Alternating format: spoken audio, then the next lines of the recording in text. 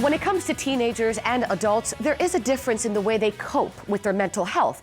A psychiatrist says the differences matter when it comes to the most serious concerns. Watch. What takes someone, doctor, from struggling to now dealing with a crisis to reaching that point? Well, I think, how you define the word crisis really depends on the individual, right? So it's all relative. But for some people, they can just become overwhelmed. And then I think it becomes a crisis when they're unable to cope, they're unable to handle the situation, or they're doing things that are maladaptive to deal with it. For example, using drugs or alcohol. And then what leads them then to go to that next horrific step, which is to consider suicide? Well, teenagers are much more impulsive than adults, and they engage in novelty seeking, so they're always seeking out new experiences, and they're less risk averse, so they'll do things without weighing the future consequences of their actions. We have a story actually of a suicide survivor who recalls the day he attempted to take his life. Let's take a look at this. The day of my suicide attempt, I woke up just like any other day. And even though at that point I did have depressed feelings, I had depressed thoughts, there were days that I could wake up and forget about them. And that was definitely one of those mornings. And that's when my dad walked in with a duffel bag full of alcohol that I had in the trunk of my car. Now, when he dropped that bag, my heart dropped with it, saying to myself, I disappointed my parents yet again, as their son. Someone that should be making them happy, making them proud. All I do is upset them. So what's the point on being here?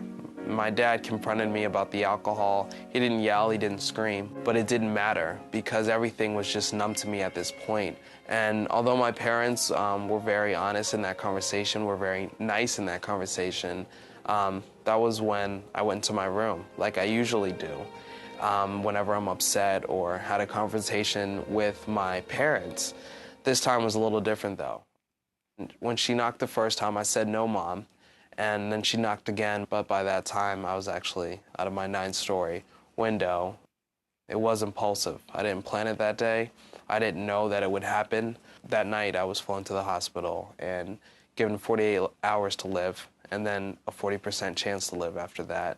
And after being in a coma for 5 days, I started to come to. After, my suicide attempt, I still wanted to see a therapist. I still wanted to see a psychiatrist because I still wanted to take medicine and make sure that emotionally and mentally that I was still stable. Even though I knew I wasn't going to beat depression, I knew that I could cope with depression in a better way.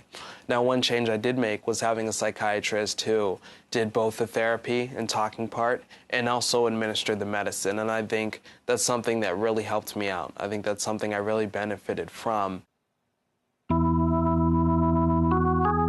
I knew that 9 stories, it was a miracle that I was alive. So I appreciated being alive. I didn't fall into a bigger miss of depression. I didn't fall into a bigger miss of suicidal thoughts. I just felt as though I felt fortunate to be here. I knew that I had a second chance at life. Now, what I was going to do with that second chance, I had no idea. But I knew that I was going to make it a positive one. I would be lying to you if I said that I was laying in that hospital bed and I couldn't move, I couldn't talk, and I always had a positive attitude. But one thing I always thought was that I have to be at peace with the things that I can't control at this point. And that's something that I really held on to in my time in the hospital, is that I don't know when I'll be able to get out of a hospital bed. I don't know if I ever will. If I'll ever get into a wheelchair, if I'll ever be able to get out of a wheelchair, if I'll ever walk again.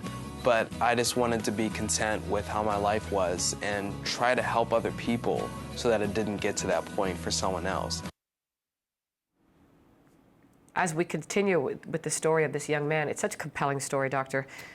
It really is, and it's important because he's talking about it I know. again, and he's the benefit of that for so many people watching is that he normalizes it for people. He says, it's okay to talk about this. It's okay to struggle. It doesn't make you a weak person or a bad person.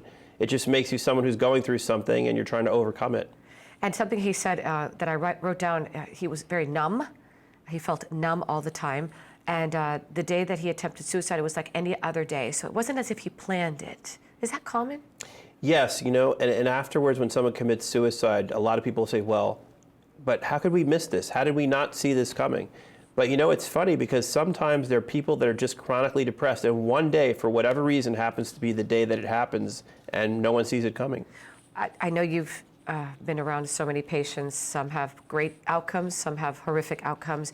But when you're able to save someone like this young man, and you know the family's doing better, and the child is doing better, the teenager's doing better, it must be so overwhelming for you. It's the most gratifying thing in the world. It's the greatest feeling in the world to know that you were able to go on that journey with them and back to recovery. It's amazing. How is it then on the flip side when it's a tragedy? Oh, I think personally, I would say that I've had about 5 in my career, and I would say I've never gotten over it.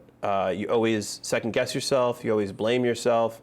I've had mostly adults, but some adolescents who've killed themselves, and it's something that you just never really get over because it's no matter what, you blame yourself at the end of the day. And remember, no matter what you're going through, remember there are tons of resources out there to help you. Be sure to catch the Health Channel on our website, allhealthtv.com.